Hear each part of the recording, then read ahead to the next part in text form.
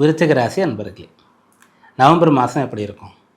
சாதகமான அம்சங்கள் என்னென்ன, பாதகமான அம்சங்கள் ஏதாவது இருக்கிறதா, இந்த மாதத்தின் உங்களுக்கான வழிபாடு எது, இதெல்லாம் நம்ம பார்க்க போகிறோம். முதல்ல உங்களுக்கான நல்ல பலன்கள் என்ன அப்படின்னா, செலவு பண்ண போகிறீங்க, நிறைய செலவு பண்ண போகிறீங்க, கடன் வாங்கி கூட செலவு பண்ண போகிறீங்க. இதுவா சுவாமி நல்ல பலன் அப்படின்னு கேட்டால், ஆமாம். அதாவது இந்த உலகத்தில் யார் அதிகமாக செலவு பண்ணுறாரோ அவருக்கு தான் அதிக பணம் வரும். யார் அதிகமாக செலவு பண்ணுறாரோ அவர் தான் சந்தோஷமாக இருப்பார்.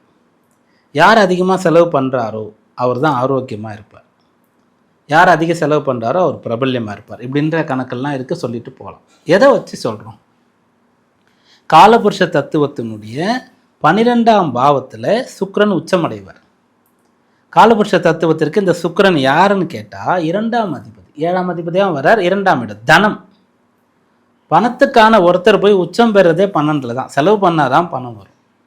மணி மேக்ஸ் மணி. பணம் இருந்தால் பணம் சம்பாதிக்கலாம்னு நிறைய பேர் சொல்லுவாங்க. நிறைய பணத்தை கொண்டு ஒரு பிஸ்னஸ் ஆரம்பித்தா அதுலேருந்து நிறைய பணம் வரும். பணத்தை கொண்டு பெரிய ஒரு வித்தையை, கல்வியை, இந்த காலத்தில் அப்படி இருக்குது, படித்தோம்னா பெரிய வேலை கிடைக்கும் அப்படின்றது இருக்கு இல்லையா? அப்படியாக இந்த மாதம், நவம்பர் மாதம், விருச்சிக ராசி அன்பர்கள் செலவு செய்ய போகிறீங்க. அதனால் உங்களுக்கு வரவு வரும், அதனால் சந்தோஷம் வரும், அதனால் உங்களுக்கு பிரபல்யம் வரும். எதனாலன்னு கேட்டால், இந்த மாதத்தில் உங்களுடைய ராசிக்கு 12ஆம் பாவம் அப்படின்னு சொல்லக்கூடிய இடத்துல சுக்கிரன் இருக்கு. நம்ம இப்போ சுக்கிரன் தான் சொன்னோம். காலபுருஷனின் 12ஆம் வீட்டில் இருக்கும்போது உச்சமாகி அவங்கள பெரிய அளவுக்கு லக்ஸூரியஸான லைஃப் லீட் பண்ணனால எவ்வளோ செலவு பண்ணணும், இதை பண்ண வைப்பார். அப்போ அந்த சுக்கிரன் 12ல் இருக்கார். அப்புறம் ராசிக்குள்ள வருவார். இது ஒன்று. ரெண்டாவது, சூரியன் 12ல் இருக்கார்.